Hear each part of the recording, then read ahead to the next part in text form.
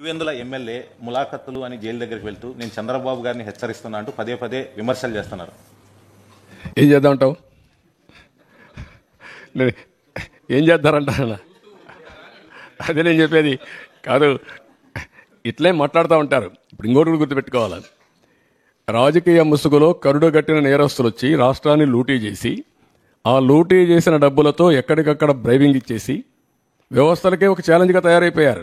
అదొక సమస్య ఉంది నాకు. ఇక్కడ మీరు గుర్తుపెట్టుకోవాలి, వ్యవస్థలో 5 ఏళ్లు సంపాదించిన డబ్బులు ఉంది. ఏ వ్యవస్థనైనా కొనే శక్తి ఉంది.